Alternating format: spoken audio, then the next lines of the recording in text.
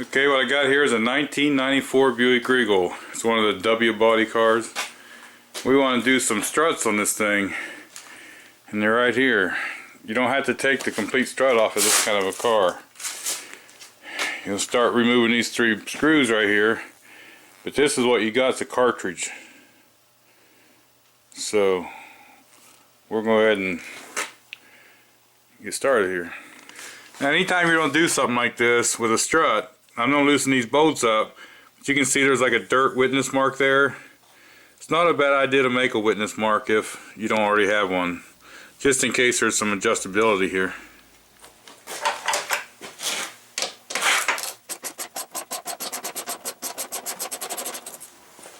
Okay, now what I'm going to do is pick this plate up. There. Now with that plate removed, next thing I want to do is get this center nut right here off. Now there is a Torx in the center if it does start to spin on you. Now they do have a tool here that goes on top, and then your Torx can go into there to hold it with a ratchet. But we have an impact right here, and we're just going to try the impact. Most times with impact, if you have it, they'll come right off. Okay, so the impact didn't work as well, so we got that on there. I'm going to put this Torx in there. I'm just going to try to turn it with the ratchet.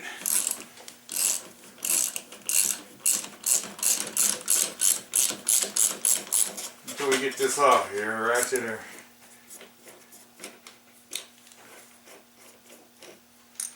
Okay, so we got that off of there. Okay, sometimes there's stress on this strut, so when you go to pull this out, the strut's going to want to push over to one side. And I'll show you in a minute, but I take a bar like this and stick it in here on the spring, and that's how I control that. But let's see if we can just get this. Usually you can take a screwdriver, and this will just come right up. Kind of work from side to side. Say, sometimes they're stubborn, and sometimes that strut will start pushing over and make these harder to come out. Usually they'll come right about. Okay, so there's your top mount. Now you want to inspect this pretty good and make sure that this is in good shape, because right now will be a good time to replace it. A lot of times you can tell, if you look right here, this is not shiny or nothing. If this mount's bad, a lot of times this nut will make a shiny spot where it hits right there. Okay, if you look in here, there's an isolator bushing next. Now on these ones it just slides over to 2, there's nothing holding it on there. What I do sometimes, because the strut's not centered, I'll put a socket and extension just for a little leverage. And then I'll get a screwdriver or whatever you got to do to reach down in there and kind of, once you get it sliding up out of there, it'll come up out. Now there's probably other ways of doing this, maybe better ways.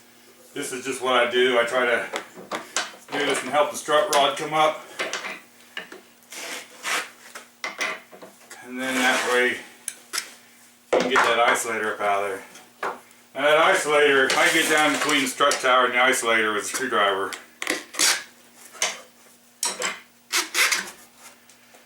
And there's your isolator. That's like if it bottoms out really hard, it gives it a cush so it doesn't drive the piston to the bottom of the strut cartridge. Alright, I don't know if you guys can see down in there or not, but this is the rod for the strut cartridge. See the holes there in it, in the top of that disc? Well, that disc is actually a nut. And what happens, you got these 4 prongs on this tool here that's just like a piece of pipe. And what happens is, you can slide this down over it. You might have to push it around a little bit. You get it down into those holes, and then you can put a 1/2-inch drive ratchet here and get these to twist up out. Now you want to hold down good when you twist these out.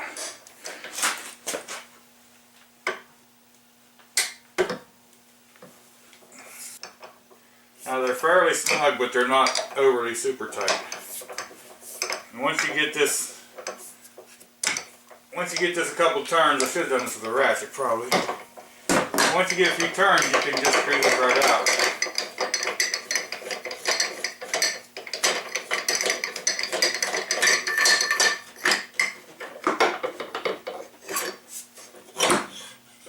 And there is your strut cartridge.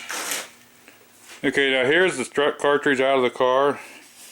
And here's that nut that we put the tool on right here. And there's where it threads in. Okay.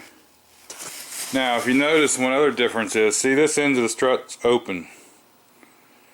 So actually, down inside there, the well that's left there is full of oil.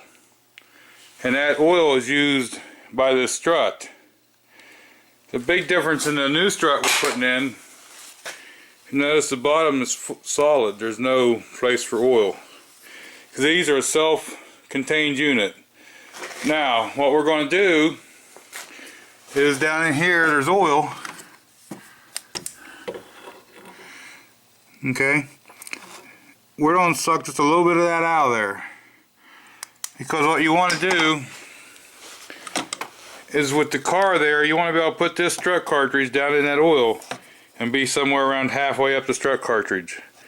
Now, this strut cartridge does not use that oil inside, but the reason you're going to leave that oil there halfway up this or whatever is just to dissipate heat and for cooling. It helps cool this strut tap shaft.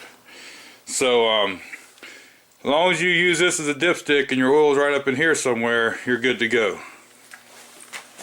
Now you could use a baster or whatever. I just use a little brake bleeding tool here. I just stick that hose down in there.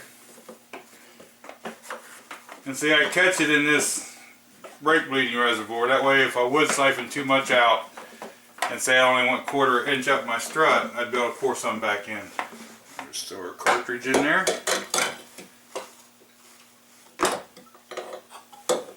And we're right in here. Just a touch over the halfway, but that's good enough. We're just going to go ahead and drop our cartridge right there and leave it. Okay, now, I read on the instructions there for this, and it said to put this shim on the strut and then put your nut down over. And this is the nut that 4-prong tool fits on, but it doesn't fit the new nut as well as it does the original. So we can just slide this right down in there. If you get that slid down in there, you can just take your tool here,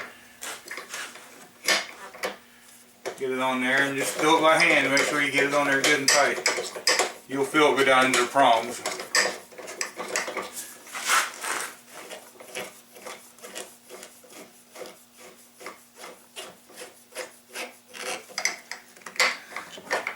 Now I'm sure there's a torque supposed to be for this. I've always just done it by feel good and tight. Now I gotta play here with it a minute and get this into them teeth. Because you want it fairly snug. You don't want it to be loose. We don't call that good. Now I'm going to put this back on next. The square looking hole goes to the top. Small end down. And again, you'll probably have to pull the strut around a little bit to get that in there. Okay, now we can put this on. There's a notch right here that lines up with a notch right there. So get this on there and get it right down in there. Now that that's started right there, be a good time to go ahead and put our nut on right here.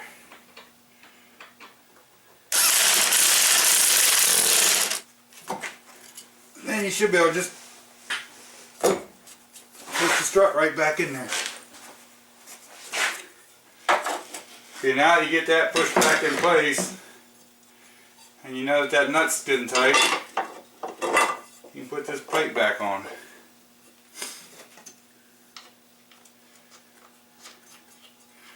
Try to make sure this is in about the same place and tighten it right back down. And you've just done your strut change.